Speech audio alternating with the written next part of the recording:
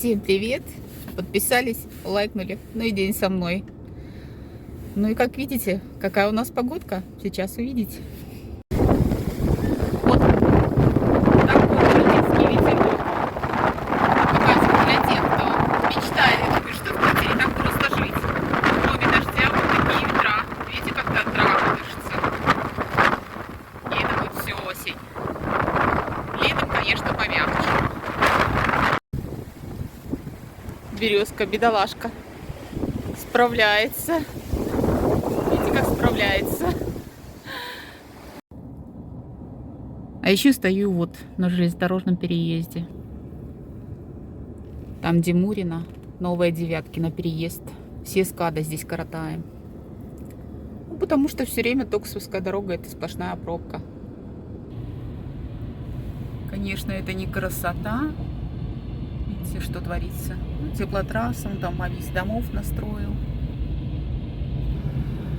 Вот так поезд грузовой ездит. А он впереди, видите? Это сила природы. Теперь это какой-то комплекс ромашки, наверное, сделали. Так что вот погода у нас. Ну, теперь уже осень питерская. Пока еду купить помидоров, огурцов, заеду в Новодевяткино, а дальше покажу вам. Вот так этот выглядит жилой комплекс. Конечно, очень интересно, что они так это раскрасили. Жутковато.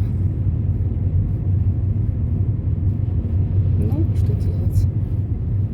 Нет, ребята, сила природы — это вот этот зеленый с маленькими окошками комплекс.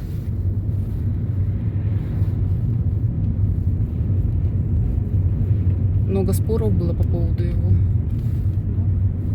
Однако его построили, и теперь там живут люди. Сейчас вот выезжаю на Муринскую дорогу, на перекрестке стою, вот мы отъехали снова. Получается, мы отъехали, вот проехали церковь, повернули. Ну, кто здесь живет в этом районе, конечно, знает. Но здесь вот застроили очень хорошие дома. И до метро здесь на маршрутке 10 минут. Вот это Новая Девяткино справа у меня. И вот так на перекрестке я стою, видите.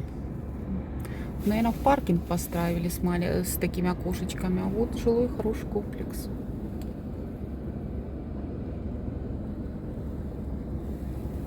Им очень удобно будет и до города добираться. Ну, если еще объездную построить дорогу, как нам обещают, то Токсовскую немножко разгрузит.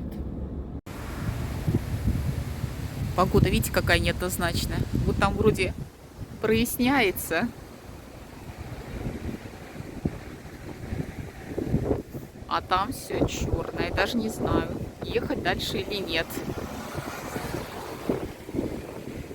Ну, это вот опять в Новом Девяткино на рынок ехала.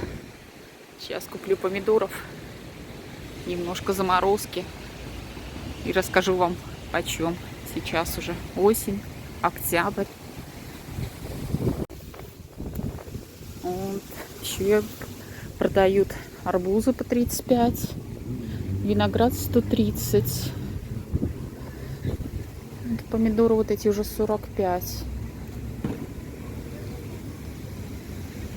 Так.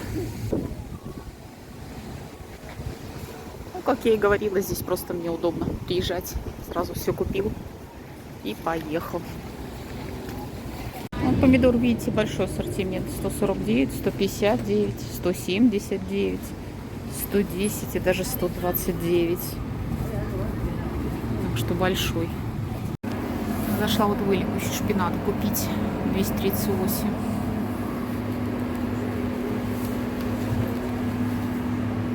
Удобно. Супчик наварить. Ну, что купила? Купила дыньку уже последняя сейчас по 69 рублей. Помидоры хорошие по 129 за килограмм. Поэтому я и люблю ездить. Вот смотрите, видите, какие помидорки. Поэтому люблю ездить сюда. Здесь очень много помидоров. Огурцы по 119. Смотрите, какие. Наверное, видно, я думаю. Ну и, конечно, вы знаете, что зашла здесь в Великолукский комбинат. Сейчас, видно, убой идет свинок. Очень хорошие шеи взяла. Так что такие вот покупочки. Здесь все. Еду дальше. Не знаю, доеду ли, потому что погода такая. Ну, попробуем доехать. Покупки сделала, теперь можно двигаться.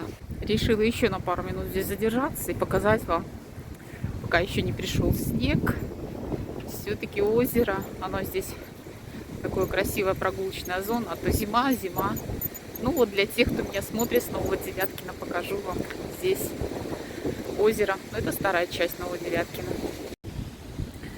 Это вот за магазином здесь Магнит. Прогулочная зона их. Ну, просто сейчас так красиво. Листья такие желтенькие, красивые. Осень хороша. Ветер нас не смущает. Что же делать? Надо привыкать, конечно. Вон и небо какое, и деревья в золоте.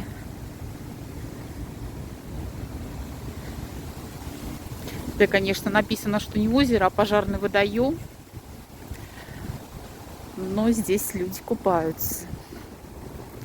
Ой, какая, смотрите, вода серебрится. И уточек очень много. Очень красиво, да? Новостроечка. Так, за магазином. Золотая осень. Но немножко успокаивается, конечно, ветерок.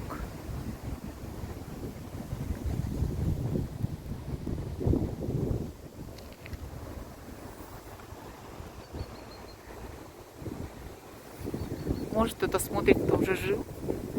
Поэтому все для вас покажу. Для меня это пару минут заняло. А вам приятно посмотреть. Я тоже люблю смотреть места, где бывала, где жила.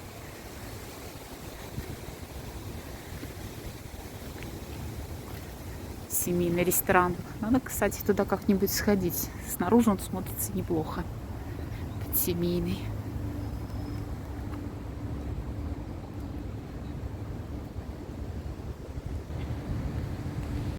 Пытаюсь поехать туда, куда собиралась. Уже ветер все растрепал. Сложно. Сейчас будет вообще что-либо на голове, поэтому скоро уже будет только шапка, только я в шапке. Так что, а что делать? Главное, чтобы не застыть. Будем носить шапку. Потому что сейчас вот у нас дожди, а еще такие ветра. Поэтому шапку надо носить. Вот, ребята, заехала в поселочек. Сейчас посмотрим, как он называется. Он довольно обустроенный. С такой зоной. Улица Полевая, Кольцевая.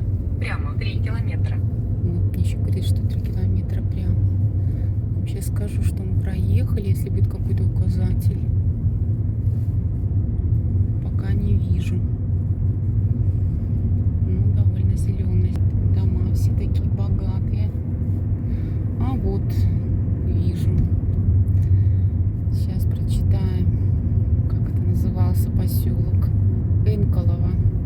Ну да, у нас на севере здесь очень такие обустроенные богатые поселки. Красота синяя наша. Ну вот, подъезжаю еще к одному поселку. Сейчас мы его проедем. Это у нас Савочкина 0,3 километра. Капитолово. Тоже довольно обустроенный такой поселочек. Маршрутка ходит сюда, вон 674-я. Икея Мегапарнас.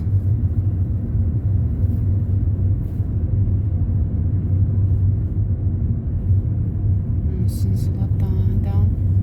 Ой, как красиво.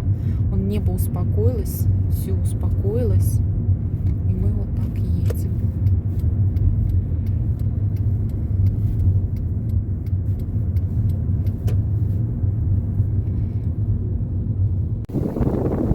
Заехали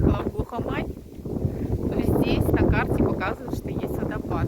Конечно, погодка испортилась. Вроде пока ехала, уже солнышко виднелось, и так казалось хорошо. Но все равно цель. Надо посмотреть. Давно хотела увидеть, что здесь за водопад. Вот так, собачки меня встретили. Написано СНТ Лаврики. Еще, знаете, решила посмотреть. Это СНТ немножко. Но такое чувство, что тут какие-то дачи, как самостройки такие, поднастроили. Поэтому так, уже столько приехала, посмотрела. Надо же увидеть, что у них тут еще. У кого-то домик, вот летняя резиденция с флагом красным. Здесь он вообще, он за деревьями какая-то сыроюшка. И похоже, что вот некоторые земли просто заняли.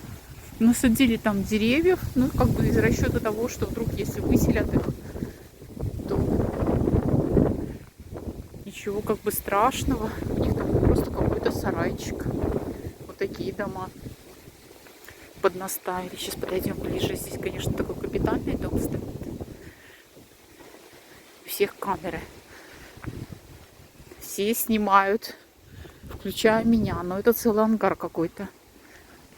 Вот забрела в СНТ Лаврики. Какая-то первая линия. Тут есть. Это первая линия, 6-я, 5-я линия. Вот ты, боже мой, называется. Все линиями. И на какой улице назвали красивой. То линия, да линия. Ну все, короче, я поняла, ребята. Дальше уже не пойду. А вот здесь, подождите, подождите. Есть что-то такое, вижу купола. Еще загляну. Такой целый лес сосонник. А здесь прям я не знаю. Вижу там крестик. Вот кто-то, какие-то охотники. Тут все какой-то стиль сделал. А, это просто дача. А я уж подумала. Понятно.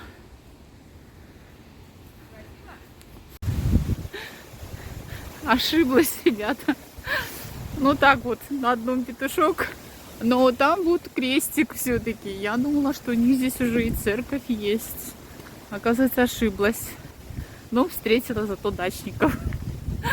Что тоже приятно. Люди есть. Ну, якобы где-то здесь метров 160. Если пройти, то здесь будет якобы водопад. Ну, пока вижу чьи-то дачи.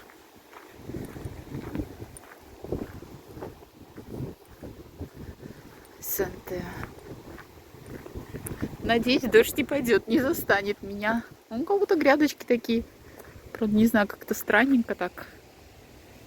Половина. А, они, наверное, закрываются, как теплички. Все, поняла. У них так вот раз и закрывается, скорее всего, небольшой домик.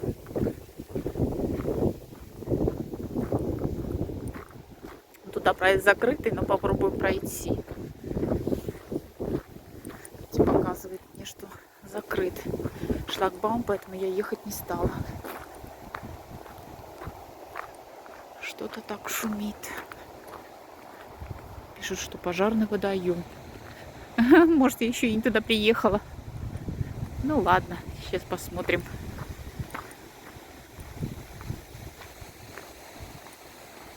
Нет, все правильно. Показывает, что здесь пожарный водоем.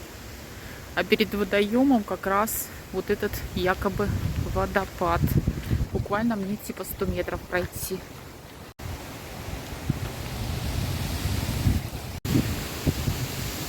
Сколько шиповника, и весь такой крупный-крупный.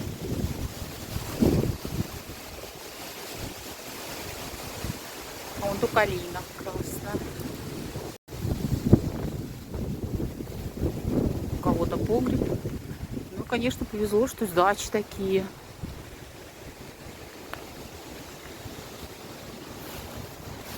Рядом.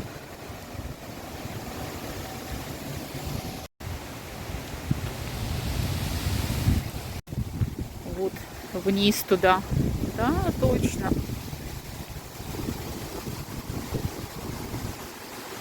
Здесь охраняемая территория, камеры какие-то есть.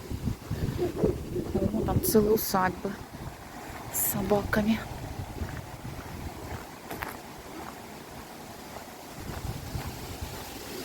Так что здесь не переедешь просто так. Пришел, погулял, отдохнул. Или подъехал. Вот что шумело. Это, оказывается, не водопад. Ну, вот этот мост якобы, как мне показывала карта, что здесь водопад через реку Охта. А это всего лишь пожарный водоем. Ну, водопад почти. Плотина.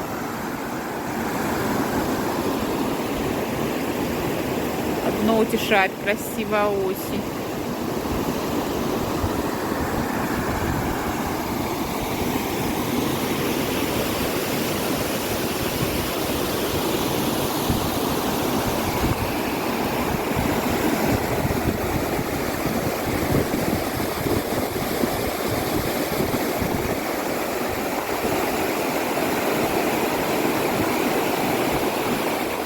Это река Охта. Пойдемте попробую спуститься вниз, показать снизу. Вот так она бурлит снизу. Ну, правильно. С водоема бежит вниз в реку Охту. Правда, не знаю, откуда водоем набирается. А на карте, ребята, написано, что это водопад.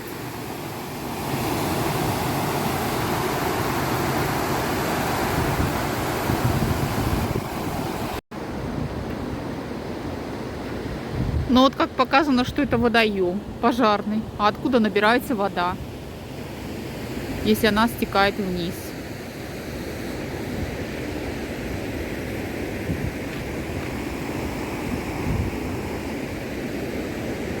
Ну и все, ребята, на этом я тогда свой блог заканчиваю. Показала вам немного нашей природы красивой. Это, конечно, оказался не водопад, но я рассчитывала, что это водопад. Я приеду здесь, но однако все равно красиво, осень серебристая. Поэтому всем хорошего настроения, подписались, лайкнули и пока-пока.